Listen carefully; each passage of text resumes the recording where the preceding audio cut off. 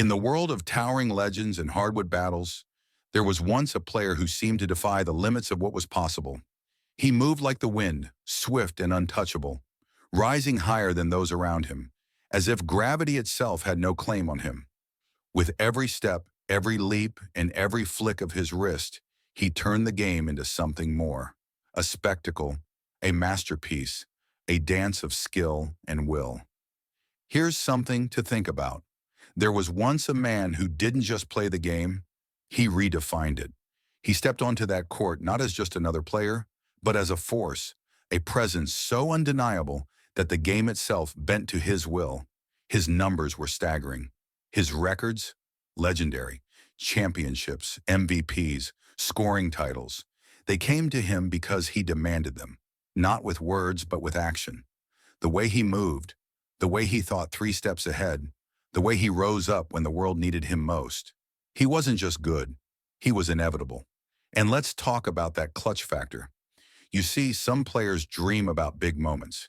They practice their game-winning shots in empty gyms, whispering to themselves that they'll hit it when the time comes. But this man?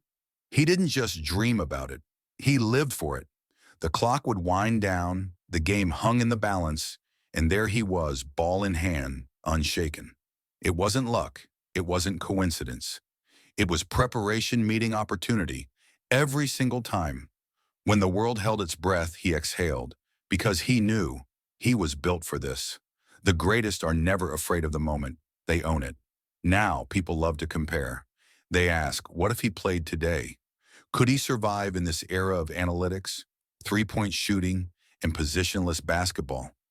And let me tell you something. Greatness is not a product of its time. It transcends time. He didn't dominate because of the era he played in. He dominated because of who he was.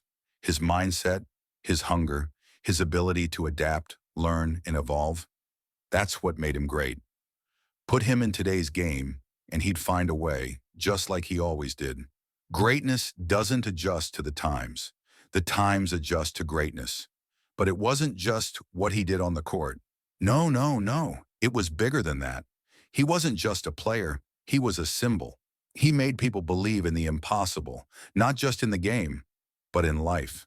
His influence stretched beyond arenas, beyond the roar of the crowd. Kids on playgrounds, dreamers in their bedrooms, athletes striving for more. They all looked at him and saw what could be. He made hard work look effortless and success look inevitable. But those who paid attention knew better. They saw the sweat, the sacrifice, the obsession with being better today than he was yesterday. And that's why his story still echoes through generations. So now we ask, is he the greatest ever? The GOAT, the one who stands above all? Some will say yes, some will argue otherwise. But here's the truth. Greatness isn't just measured in numbers or trophies.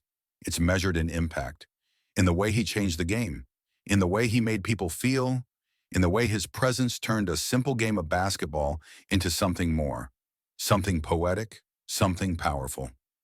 The stats, they speak, the rings, they shine. But the legacy lives forever. And that, my friend, is what true greatness looks like.